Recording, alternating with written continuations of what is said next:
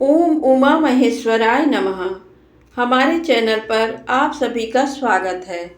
शिव महापुराण रुद्र संहिता तृतीय खंड में आज 25वां अध्याय की कथा श्रवण करेंगे। शिव जी द्वारा पार्वती जी की तपस्या की परीक्षा करना। ब्रह्मा जी बोले, हे मुनिश्रेष्ठ नारद, सप्त ऋषियों ने पार्वती जी के आश्रम से आकर त्रिलोकीनाथ भगवान शिव को वहाँ का सारा वृत्तांत सुनाया। सप्त ऋषियों के अपने लोक चले जाने के पश्चात शिव जी ने देवी पार्वती की तपस्या की स्वयं परीक्षा लेने के बारे में सोचा। परीक्षा लेने के लिए महादेव जी ने एक तपस्वी का रूप धारण किया और उस स्थान की ओर चल दिए जहाँ पार्वती तपस्यारत थी। आश्रम में पहुंचकर उन्होंने देखा देवी पार्वती वेदी पर बैठी हुई थी और उनका मुखमंडल चंद्रमा की कला के समान तेजोदीप्त था। भगवान शिव ब्राह्मण देवता का रूप धारण करके उनके सम्मुख पहुँचे। ब्राह्मण देवता को आया देखकर पार्वती ने भक्तिपूर्वक उनका फल फूलों से पूजन सत्कार किया। पूजन के बाद देवी पार्वती ने ब्राह्मण देवता से पूछा, हे ब्राह्मण देव, आप कौन हैं और कहाँ से पधारे हैं? मुनीश्वर, आपके परम तेज से ये पूरा वन प्रकाशित हो रहा है। कृपा कर मुझे अपने यहाँ आने का कारण बताइए। तब ब्राह्मण रूप धारण किए हुए महादेव जी बोले, मैं इच्छानुसार विचरने वाला ब्राह्मण हूँ। मेरा मन प्रभु के चरणों का ही ध्यान करता है। मेरी बुद्धि सदैव उन्हीं का स्मरण करती है। मैं दूसरों को सुखी करके खुश होता हूँ।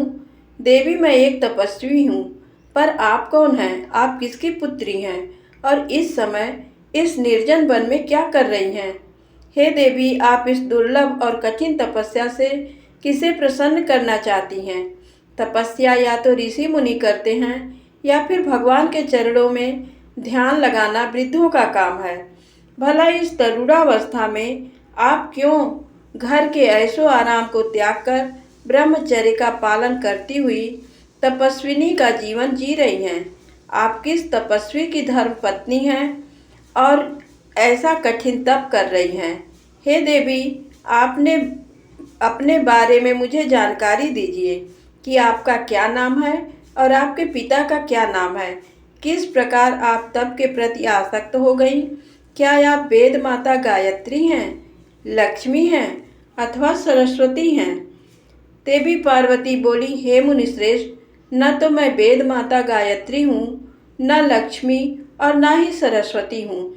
मैं गिरिराज हिमालय की पुत्री पार्वती हूँ।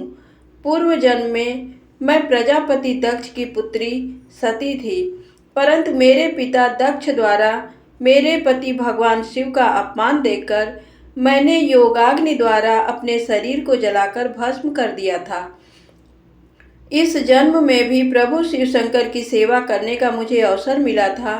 मैं नियम पूर्वक उनकी सेवा में व्यस्त थी, परंतु दुर्भाग्य से कामदेव के चलाए गए बाण के फलस्वरूप शिव जी को क्रोध आ गया और उन्होंने कामदेव को अपने क्रोध की अग्नि से भस्म कर दिया और वहां से उठकर चले गए।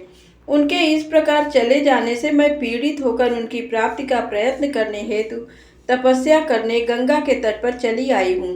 यहाँ मैं बहुत लंबे समय से कठोर तपस्या कर रही हूँ ताकि मैं शिव जी को पुनः पति रूप में प्राप्त कर सकूँ, परंतु मैं ऐसा करने में सफल नहीं हो सकी हूँ। मैं अभी अग्नि में प्रवेश करने ही वाली थी कि आपको आया देखकर ठहर गई। अब आप जाइए, मैं अग्नि में प्रवेश करूँगी क्योंकि भगवान शिव ने मुझे स्वीकार नहीं किया है। ऐसा कहकर देवी पार्वती उन ब्राह्मण देवता के सामने ही अग्नि में समा गई। ब्राह्मण देव ने उन्हें ऐसा करने से बहुत रोका, परंतु देवी पार्वती ने उनकी एक भी बात नहीं सुनी और अग्नि में प्रवेश कर लिया।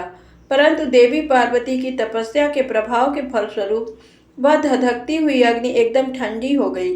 सहसा पार्वती आकाश में ऊपर की ओर उठने लगी।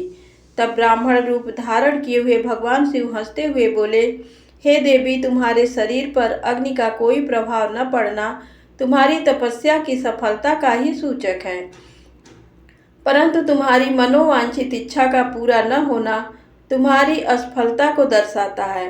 अतः देवी, तुम मुझ ब्राह्मण से अपनी तपस्या के मनोरथ को बताओ।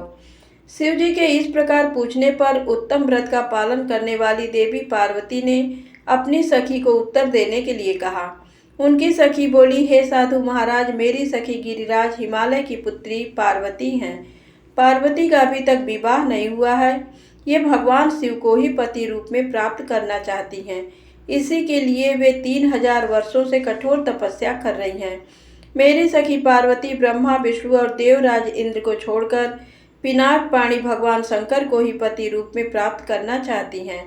इसलिए ये मुनि नारद की आज्ञा अनुसार कठोर तपस्या कर रही हैं। देवी पार्वती की सखी के बातें सुनकर जटाधारी तपस्वी का वेश धारण किए हुए भगवान शिव हंसते हुए बोले, देवी, आपकी सखी ने जो कुछ मुझे बताया है मुझे परिहास जैसा लगता है। यदि फिर भी यही सत्य है तो पार्वती, आप स्वयं इस बात को स्वीकार करें और मुझसे इस बात को कहें।